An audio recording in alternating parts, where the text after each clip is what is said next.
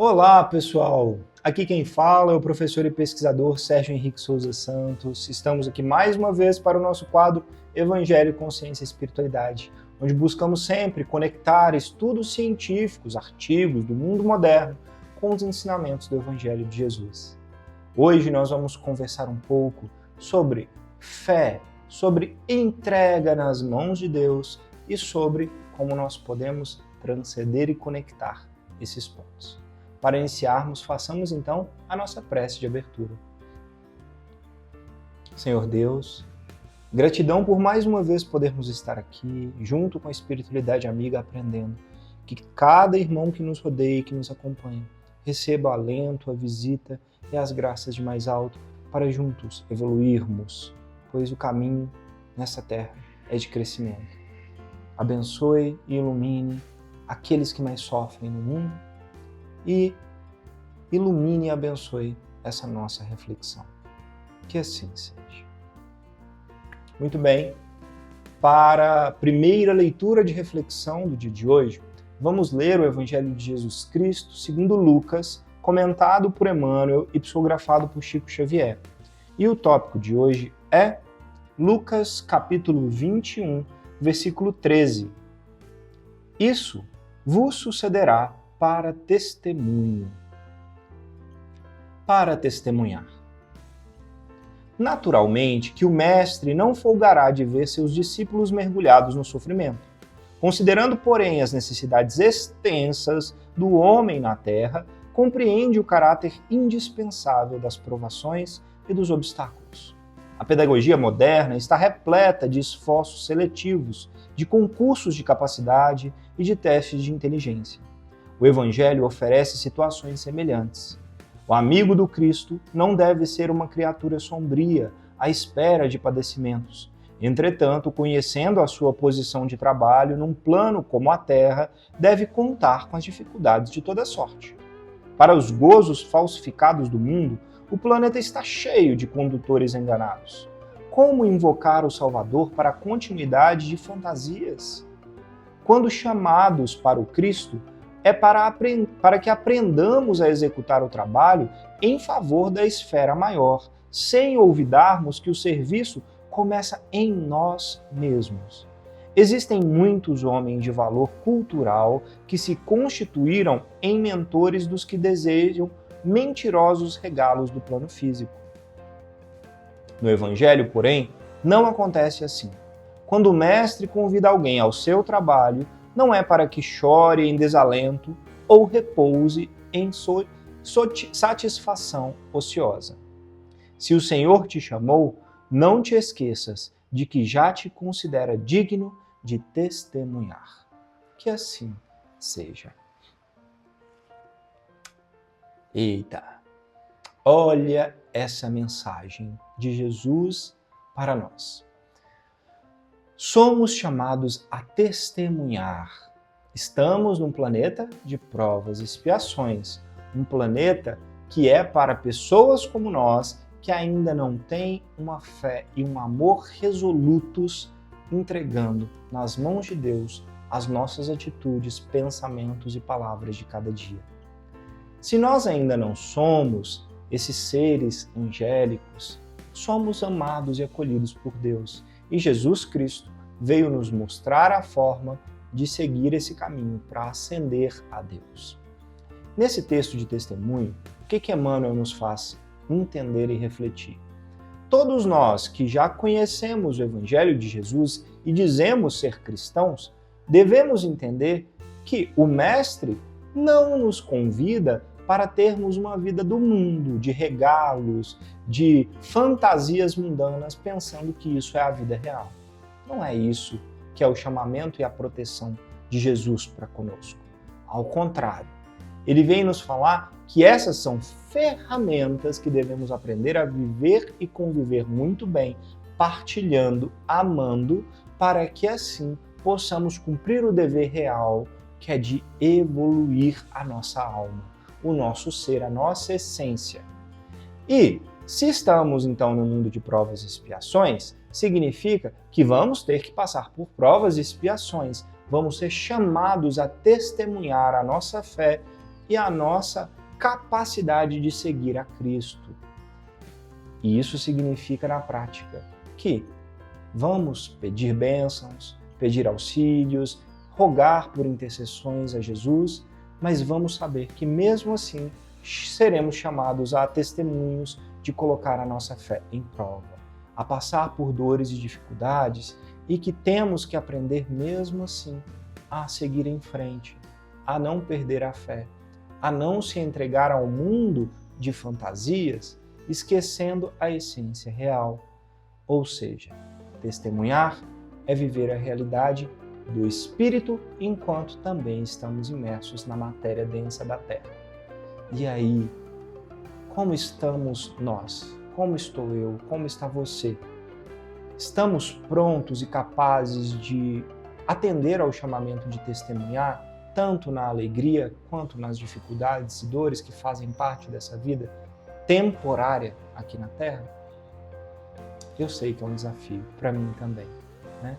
Então, o que se espera da gente é que não desistamos, que continuemos tentando todos os dias fazer melhor, que a gente vai chegar lá. Que assim seja. E dentro desse contexto, nós temos o nosso querido livro Palavras Amigas, ditado pelo espírito Irmão Expedito e psicografado por Júlio Carvalho. O tópico de hoje é a vontade de Deus. Sempre dizemos confiar na providência divina, mas nem sempre testemunhamos isso. Eis que quando nossa existência atravessa momentos de tormentos causados por nós mesmos, costumamos indagar o porquê de tudo, jogando a culpa em Deus. Surge a revolta e nos fazemos de vítimas. A crise nos ataca e alegamos solidão. O fardo parece pesar em nossos ombros e caímos em desânimo. Diante do desespero, perguntamos: por que, meu Deus, demora tanto a nos prestar socorro? Confiemos em Deus e saibamos compreender sua vontade, que sempre vem como merecemos e para crescermos.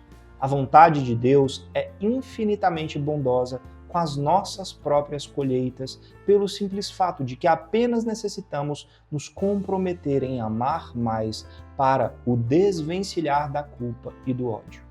E se em algum momento nossas mentes contestarem a vontade divina, não esqueçamos que comumente concordamos na prece que seja feita a vontade dele. Que assim seja. Eita! Como corrobora de maneira linda o nosso Evangelho, né? A vontade de Deus. Quantas vezes nós oramos o Pai Nosso e dizemos: que seja feita a tua vontade. E quantas vezes nós reclamamos quando a vontade de Deus se cumpre? Nossa, é difícil, né? Isso nos faz perceber o quanto ainda somos imaturos, somos bebês espirituais, ainda somos invigilantes e ainda temos a fé vacilante. Porque se nós entregamos na mão de Deus para que a vontade dele seja feita, nós temos que ter a certeza de que os caminhos que estão sendo percorridos são necessários e os melhores para nós e para aqueles que nos rodeiam, mesmo que nós não compreendamos de pronto, no momento. Hoje, eu tenho certeza que todos, quando olham para trás e veem, mesmo que a gente esqueça, né, quando a gente faz um esforço e lembra de situações desafiadoras de anos atrás, que pareciam tão difíceis e nós não entendíamos o porquê delas, hoje, muitas delas nós conseguimos olhar e falar: nossa, eu pedi uma coisa diferente naquela época, mas por vontade de Deus aconteceu diferente do que eu pedi. E hoje isso me permitiu ter e ser como eu sou, ter conquistado e melhorado em situações que eu vivo na atualidade.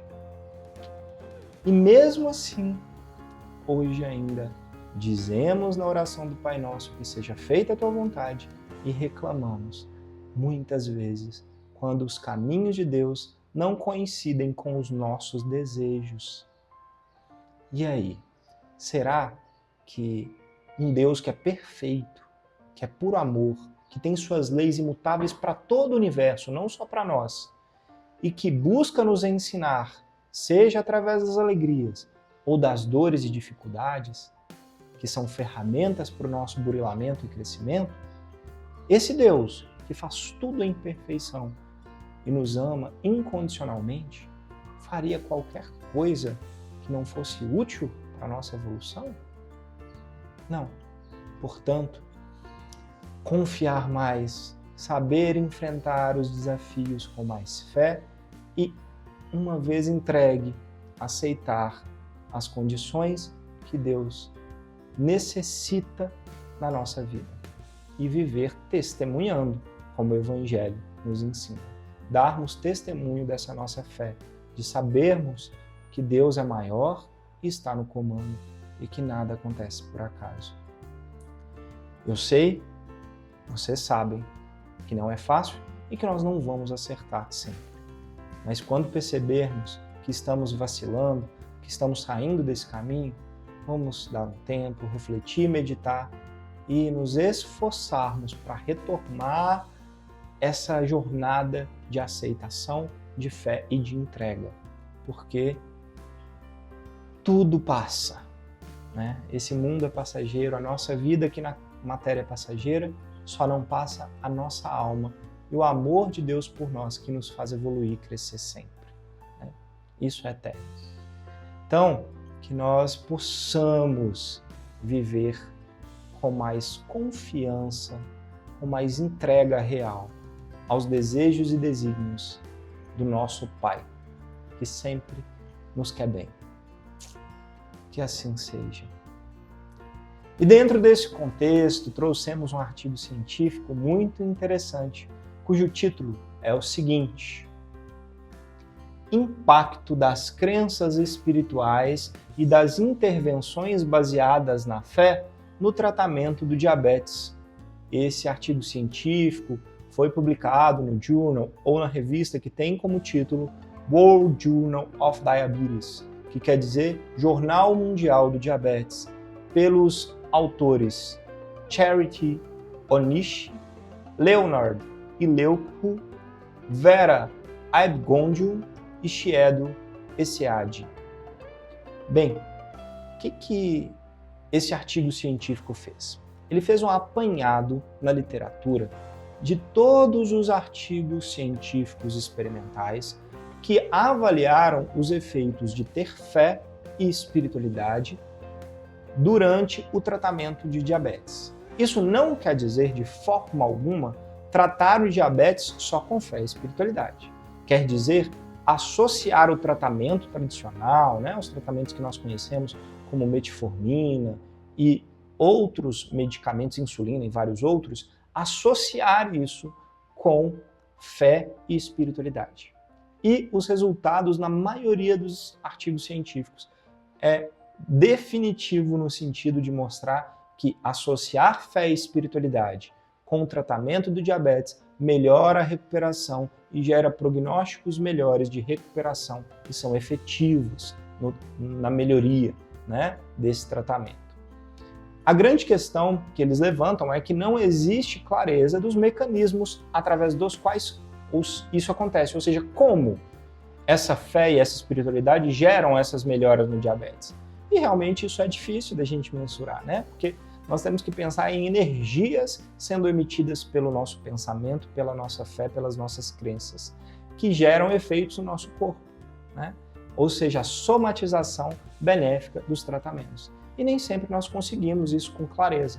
Portanto, o que esse estudo, o que essa revisão vem nos trazer nós temos efeitos, nós só não sabemos ainda explicar como exatamente os mecanismos disso acontecerem, tá?